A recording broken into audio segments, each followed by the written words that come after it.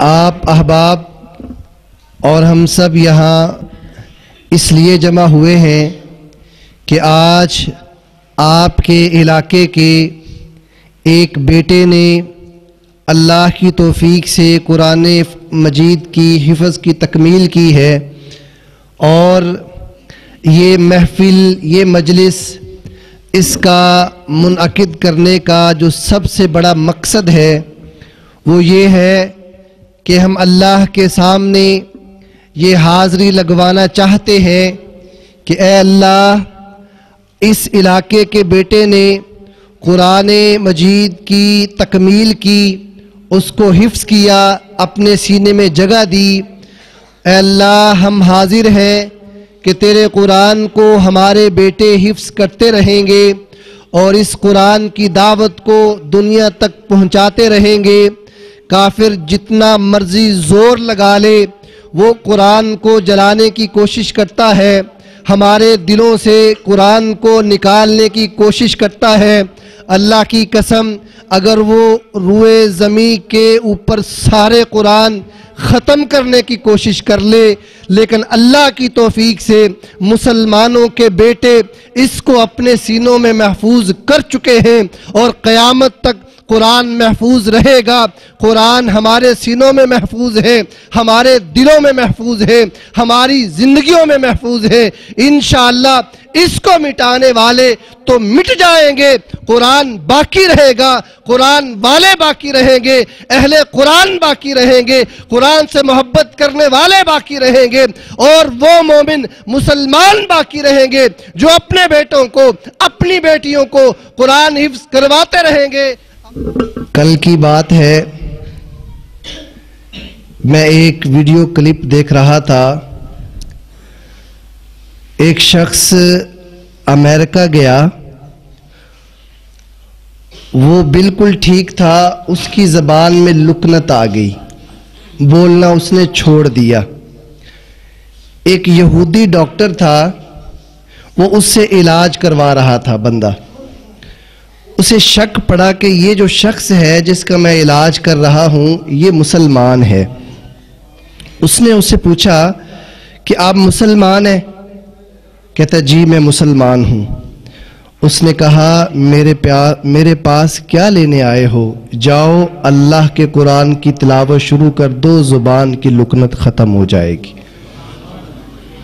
اور وہ شخص کہتا ہے میں نے قرآن کو پڑھنا شروع کیا، جیسے جیسے قرآن کی تلاوت کرتا گیا اللہ مجھے شفا سے نوازتا گیا۔ عزیز بھائیوں، ہم وہ لوگ ہیں جو پوری دنیا میں ڈنکے کی چوٹ پر یہ بات کہتے ہیں کہ ہمارے پاس وہ کتاب ہے جو لا ریب ہے، ہمارے پاس وہ پیغمبر ہیں جنہوں نے فاران کی چوٹی پر اس بات کا اعلان کیا، مکے والوں، میں ایک ایسا دین لے کے آیا ہوں، میں ایک ایسی شریعت لے کے آیا ہوں، میں ایک ایسا پیغام لے کے آیا ہوں، میں ایک ایسا صحیفہ لے کے آیا ہوں، میں قرآن کے وہ الفاظ لے کے آیا ہوں جس قرآن کے اندر کوئی شک نہیں ہے۔ وہ ذالک الکتاب لا ریب فی جیسا عظیم منصب رکھتی ہے۔ آؤ اس اللہ کی طرف، اللہ تمہیں بلاتا ہے، وہ کتاب تمہیں پکارتی ہے۔ جب اس قرآن کو، اس کتاب کو، اس پیغام کو، اس اسلام کو سینے سے لگا لو گے، اپنی زندگی کا اوڑھنا بچھونا بنا لو گے، اللہ تمہیں صرف عرب کا نہیں، عجم کا، کیسر و کسرا کا مالک بنا دے گا۔ ان کافروں نے آگے سے کیا کہا کہ ہم اس کتاب کو نہیں مانتے، ہم پیغمبر اسلام کو نہیں مانتے۔ پیارے آقا نے کہا مجھے بتلاؤ، میں نے تمہارے اندر 40 سال کا عرصہ گزارا ہے، میں نے تمہارے اندر دن بھی گزارا، رات بھی گزاری، تمہاری محفلیں بھی دیکھی، میں تمہارے ساتھ چلتا رہا۔ آج تک میں نے کسی کے سامنے کوئی جھوٹ بولا ہو تو پورے عرب کا کوئی آدمی میرے سامنے آئے، آ کے